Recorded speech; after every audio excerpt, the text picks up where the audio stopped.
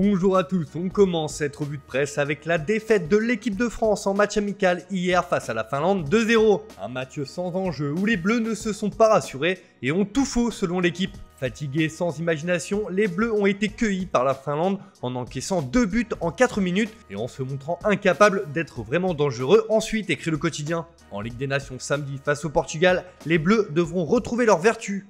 Pour le Parisien, c'est un couac que l'on n'attendait pas. Battus par de surprenants Finlandais, les champions du monde ont été trahis par leur propre insuffisance pour un revers a priori sans conséquence. En tout cas, cette défaite fait les gros titres en Finlande où le Helsingin Sanomat indique sur son site internet que cette modeste équipe finlandaise a remporté une victoire sensationnelle contre les champions du monde en titre.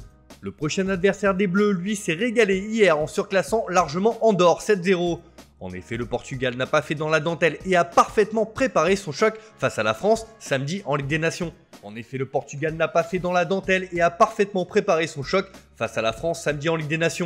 Abola se projette déjà et attend les Bleus de pied ferme et rapporte que CR7 et les siens sont prêts à rivaliser avec les champions du monde. Privé de Cristiano Ronaldo lors du dernier rassemblement, le quintuple Ballon d'Or sera bien là et hier contre Andorre, il a inscrit un but qui lui permet de se rapprocher un peu plus du record de buts en sélection. Comme le souligne le quotidien Record, Ronaldo n'est plus qu'à 7 pions avec ses 102 réalisations. La France est prévenue, Ronaldo sera au rendez-vous, plus dangereux que jamais. En Angleterre, ce qui fait l'actualité ce matin, c'est la blessure de Joe Gomez avec la sélection anglaise. Alors que beaucoup de managers de Première Ligue râlent contre le calendrier surchargé qui engendre des blessures au sein des effectifs, celle du défenseur de Liverpool n'arrange rien. En effet, les Reds sont décimés en défense et le Mirror déplore cette blessure sur sa une.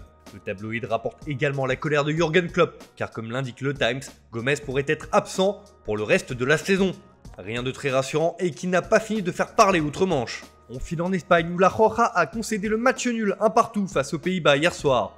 Un résultat qui fait la une de Marca ce matin qui rapporte surtout le record de Sergio Ramos qui égale Gianluigi Buffon avec 176 sélections.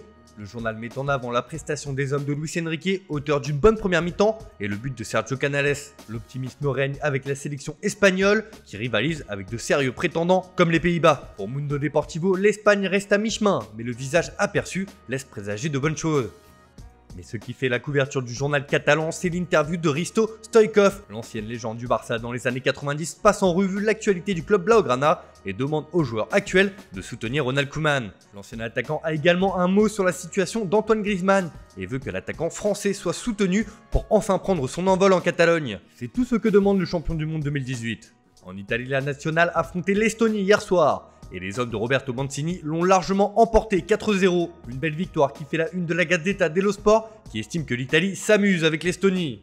Tout est facile pour les Azzurri, l'entraîneur a laissé place à de nombreuses nouveautés pour une soirée et cela a été convaincant. Celui qui est mis en avant ce matin notamment par le Corriere dello Sport, c'est Vincenzo Grifo, auteur d'un doublé hier soir. Grâce à lui, les Azzurri ont remporté un match amical sans histoire, juge le quotidien.